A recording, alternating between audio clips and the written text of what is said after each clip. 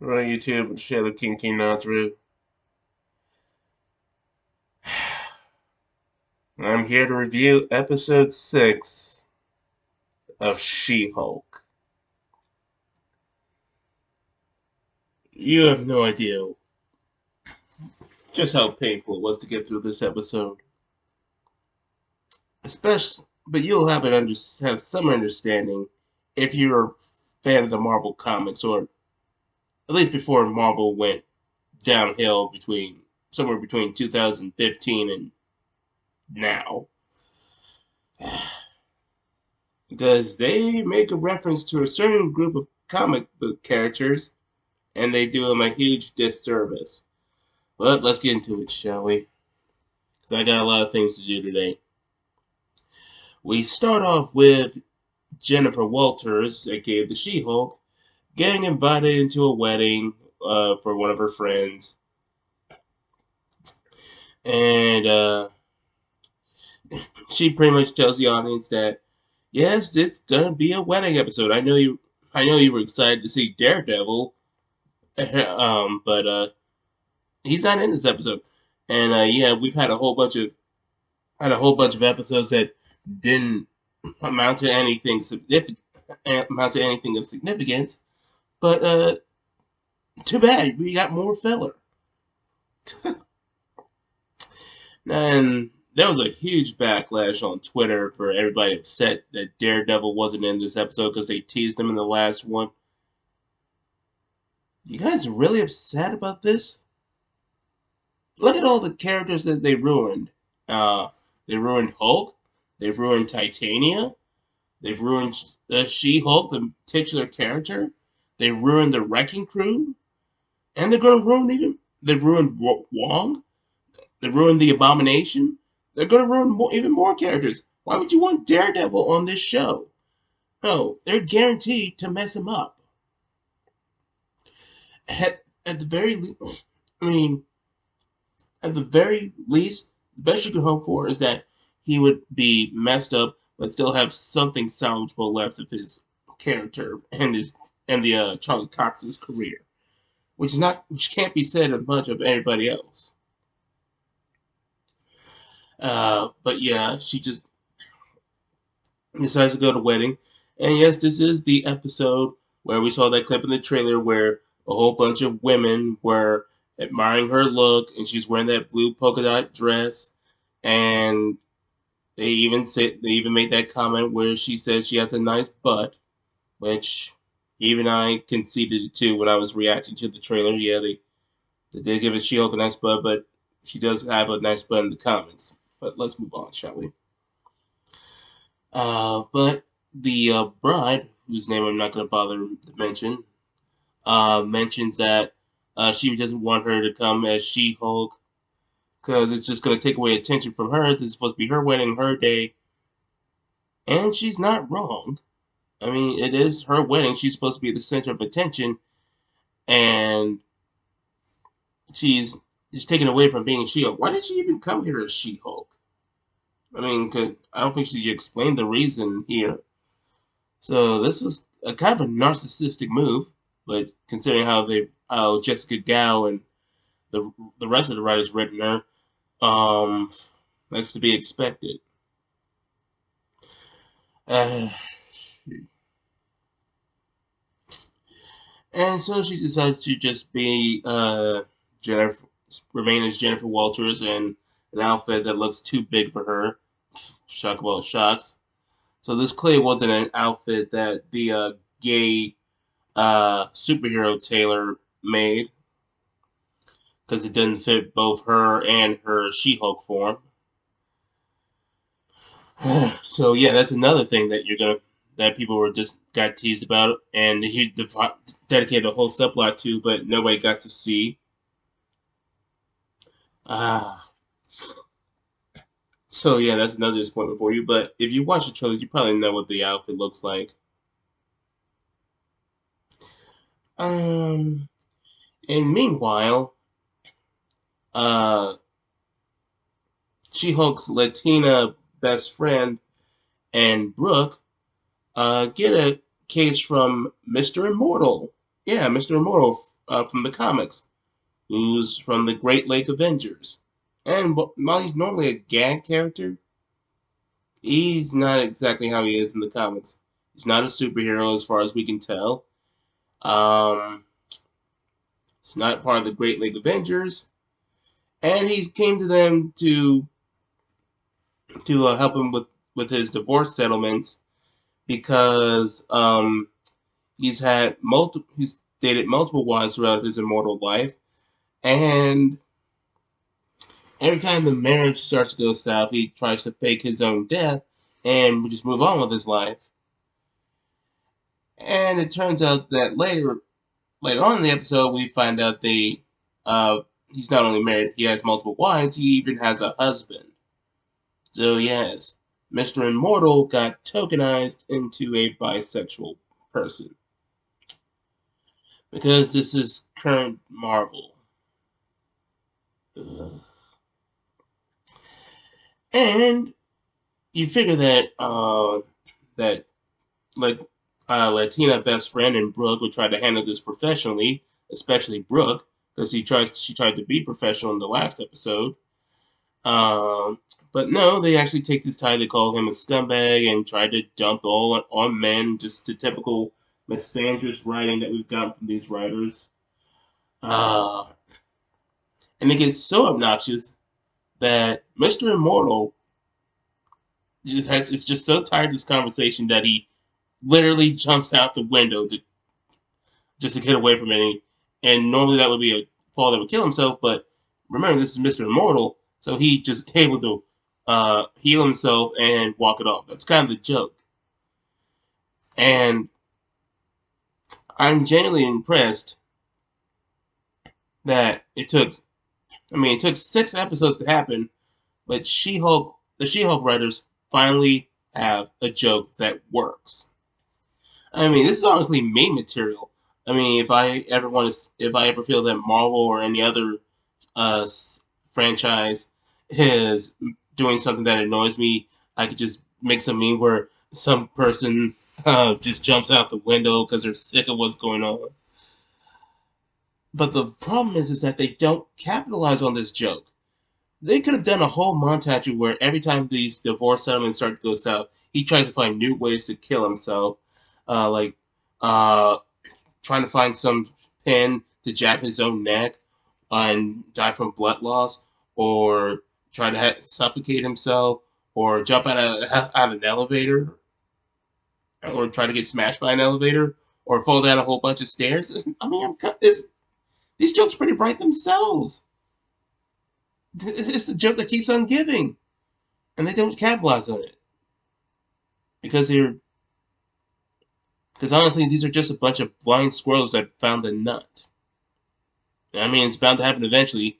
I mean, even if you find a bunch of you put a whole bunch of monkeys in a room with a typewriter and a whole bunch of paper, eventually they're going to be able to type up Hamlet. But yeah, and but you know, I mean, another problem with this is that aside from these girls being unprofessional and being clearly biased, shouldn't they be uh shouldn't either Mr. Immortal or the Brooke and the Latina best friend be choosing to uh, have themselves involved in this case? I mean, or work with each other, because this would basically be a conflict of interest. Because the Latina best friend and Brooke are clearly in favor of the wives and the gay guy. Um, but no, they're just gonna go through this case anyway. And we cut back to Jennifer Walters. She's just having a miserable time, getting drunk and eating snacks. And all of a sudden, Titania shows up. This is the third time she showed up, and Jen feels like Titania's just there to mess with her. And Titania or one of the other guests has said, "Oh no, she's just there because she's dating one of the friends of the groom. Not everything's about her." And honestly, wouldn't it be? Why else would she be? be here. Is anyone buying this? The first time she met She-Hulk, it was during she burst in some courtroom and tried to attack a bunch and was attacking the jury and the other law abiding citizens and the judge and Jen, which they still haven't pressed charges against her and have her arrested for that. She's still walking around free, so I don't know what that's about. Then uh, the next time, Titania trademarked the name She-Hulk just to mess with her. Um, so yeah, she's clearly obsessed with her. But no. And then the bride asks how Jen's doing. She says, "Oh, great! I have superpowers now. I'm working at this great business." But no, the bride's asking. She's asking how's her dating life is, and she says she doesn't have a husband or boyfriend. So I guess she's not seeing any of those guys that she went on that she met on the app. Not the guy she went on the date and the one she had sex with, but any of the other options. So I guess those were all a bust. And for some reason, while they're having this conversation, uh, un- one of the bridesmaids comes to talk to her about, oh, something about, it led to something about Team Edward or Team Jacob. Yeah, talking about Twilight. Because that's totally relevant in 2022. It's not something that's been over for like a decade or so. Seriously, what year do the writers think they live in? Uh, and then we go back to the divorce court with Mr. Immortal, and he's trying to make some kind of deal with his partners. Let's put that like that. Trying to and yeah, they all just basically argue saying he's garbage and all that. It's just they're pretty much just a mouthpiece for the writer's view on men. And he tries to come up with some settlement where he mentions that he has some treasure that he's gotten over the years, as well as having an investment in an Apple, so they could get a fair division of that wealth, and then they'll be square. And honestly, you figure they'd be good for this because Apple's a pretty big company, and this was invested a long time ago, like I think like 1975. So that stock must definitely be huge. They would all be millionaires, if not billionaires. Uh, but they still can't sell it because some of the ex-wives are arguing because some of them have been married to him longer, and they just keep arguing about who should get the bigger share. And Mr. Immortal tries to kill himself again, but Brooke and Latina best friend to prevent him from doing that because we can't have anything funny happen in this show. And then we cut back to the wedding, and Jennifer is just continuing to have like French fries or something, and she meets up with this guy who's asking about her, and he seems nice, but and I'm genuinely surprised there's a nice guy in this show because usually when they have a nice guy on the show, it's usually just to subvert the expectations and have them dump on. And he doesn't seem like a jerk. He doesn't seem like an idiot. And as far as I can tell, he doesn't seem like a soy-based beta cuck. At least I didn't get a good enough look at him to see it that way, and he didn't prop off that way. Um, he just there's some guy that listened to Jen about complaining about her problems, which that was his biggest mistake because she's a narcissist and just wants looking for emotional validation. But just any form of emotional validation is enough to uh, get her infatuated, and they would have likely have had sex. But getting she starts to get drunk and was about to vomit. Classy. But when we cut to her vomiting, there's no fake vomit or anything. It's just her lurching down, acting like she vomited. $25 million an episode, and this is the best we could do with all the effects and the writing and all and all this. Pathetic, simply pathetic. But while she's vomiting, Titania decides to pick a fight with her and punches Jen right to the other side of the walkway. Um, Writers, showrunner Jessica Dow, Kevin Feige. Jen was in her human state, not in her She-Hulk form, and she just got punched by Titania. Titania who's got superpowers. Now, granted, you didn't explain why she's got superpowers because in the comics she got it from Doctor Doom during the Secret Wars arc. But the fact remains, she still has superpowers, and she hit for all intents and purposes, a normal person. And a punch like that should have killed her, or at the very least, knocked her unconscious and left her severely injured until her Hulk powers allowed her to regenerate. But no, she's relatively fine. And Titania decides to keep hitting on her some more, and tell her to transform because it's not fun fighting Jennifer Walters. She wants to fight She-Hulk. So Jen tries to turn into She-Hulk the first time, and it fails. And then she tries the second time, and it works. How did it happen the second time? No reason. Uh, Titania didn't say anything that would have angered Jen, and she could have gotten her rage boost. She didn't damage herself. Uh, Nothing. It's just she did it a second time and it worked. Man, that's some lazy writing. So She-Hulk and Titania have a fight, and granted, it lasted over 3 times the original one, which was 9 seconds. So we got a 30-second fight, and this fight's still garbage. And Titania's still by She-Hulk.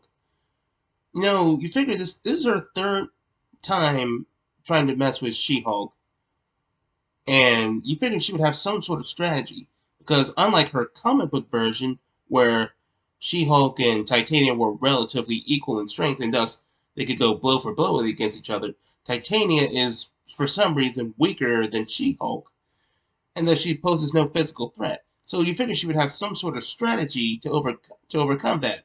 But no, she just pops up this wedding, decides to pick a fight with She-Hulk, and just gets humiliated like a complete buffoon.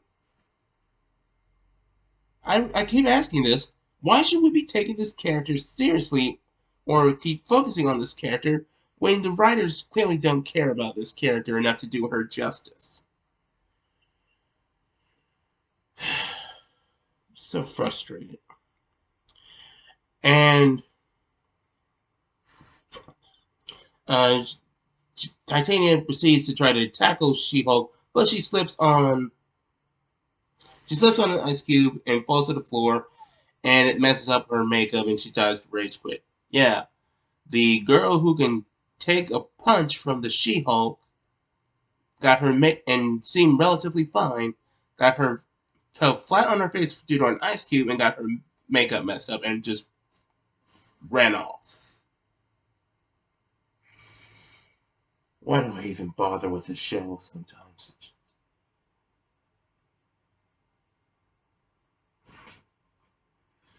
So yeah, that was thanks a lot, Peggy Bundy 2.0. Ow! I just got my butt beamed by the She-Hulk. Come over here and make it up to me by buying me bonbons and rubbing my tushy.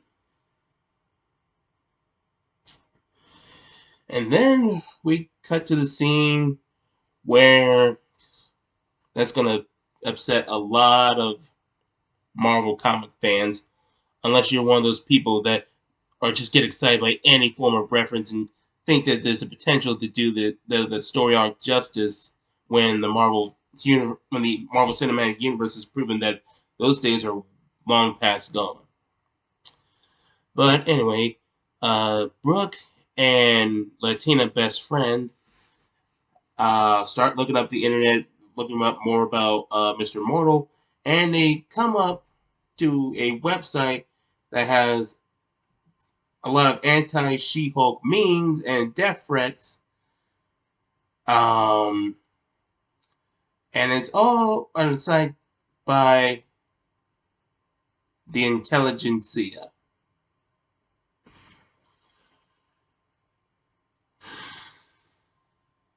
For those of you who aren't in the know, the intelligentsia was a collective group of the Marvel's universe's most intelligent supervillains, like the Leader, MODOK, Red Ghost, the Mad Thinker, Doctor Doom. They even had a later incarnation that had Mr. Sinister from the X-Men comics. So yes, these were the most intelligent supervillains, and some of them were even in the top eight smartest Marvel characters in the universe. At least as far as mortals are concerned. And these people have done things like create the Red Hulk, create the Red She-Hulk, uh, had a plan to deal with the Hulk. I mean, I mean, when the comic they were introduced was a lot of Hulk focused stuff, and I would know because I read that storyline that was done by Greg Pog, Jeff Loeb, and Jeff Parker. But point is, these were the most intelligent people uh, on the planet, and they were doing a lot of nefarious things, and they almost took over the world with their plan.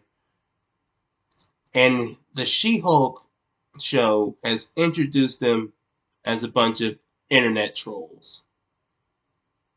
Now, granted, someone pointed this out to me, on Discord that this wasn't their first introduction, as they were referenced in Avengers: Age of Ultron, which was 6 years ago on a card that unless you really paid attention, you wouldn't have noticed, and wouldn't have meant anything to you if you didn't have any comic knowledge.